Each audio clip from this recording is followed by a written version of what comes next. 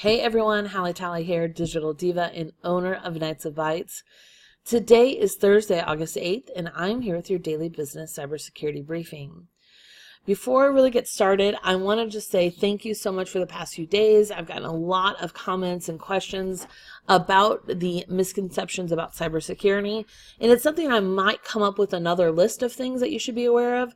I covered some general topics, so thank you for watching those. And I want to cover something today that I alluded to in yesterday's video, and that is what is and is not covered in your IT service agreement. Now, this is going to be specific to cybersecurity, and I'm also going to include disaster recovery in there.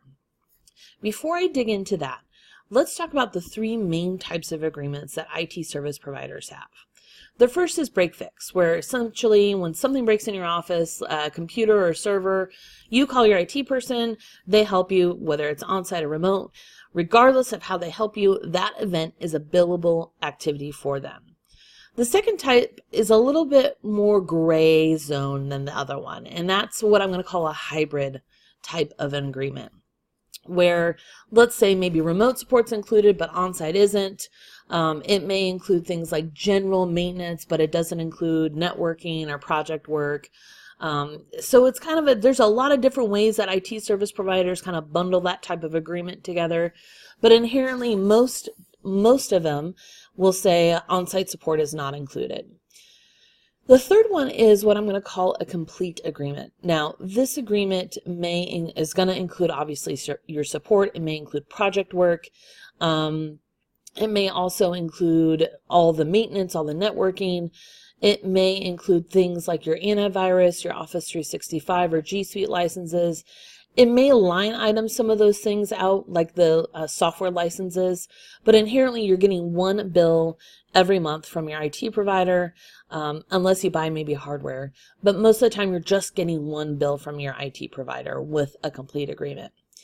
Now, in all of those types of agreements, you should be aware of whether or not cybersecurity or cyber remediation specifically and disaster recovery support is included. And I bring this up because they're kind of tied together. You know, when a business gets a ransomware, let's say, most businesses kind of go in disaster recovery mode, right?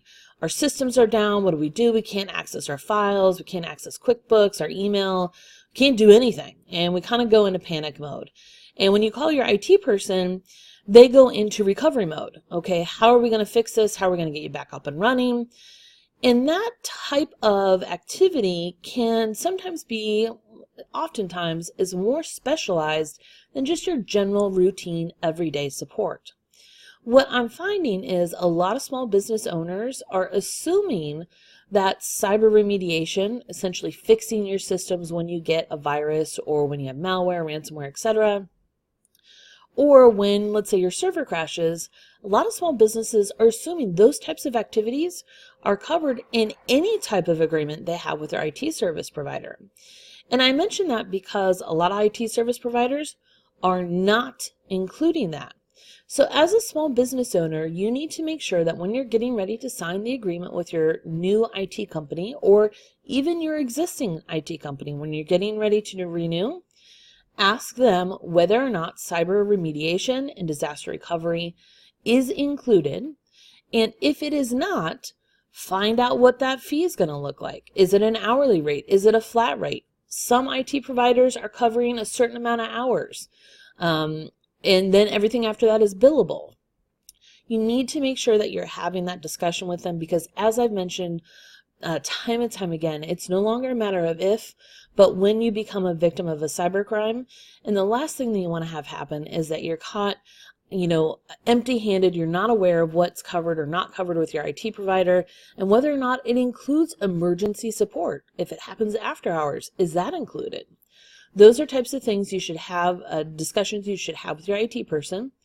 And if you're renewing, have that discussion as well. As always, if you have any questions, please feel free to post them below or send me an email to htally@knightsofbytes.com.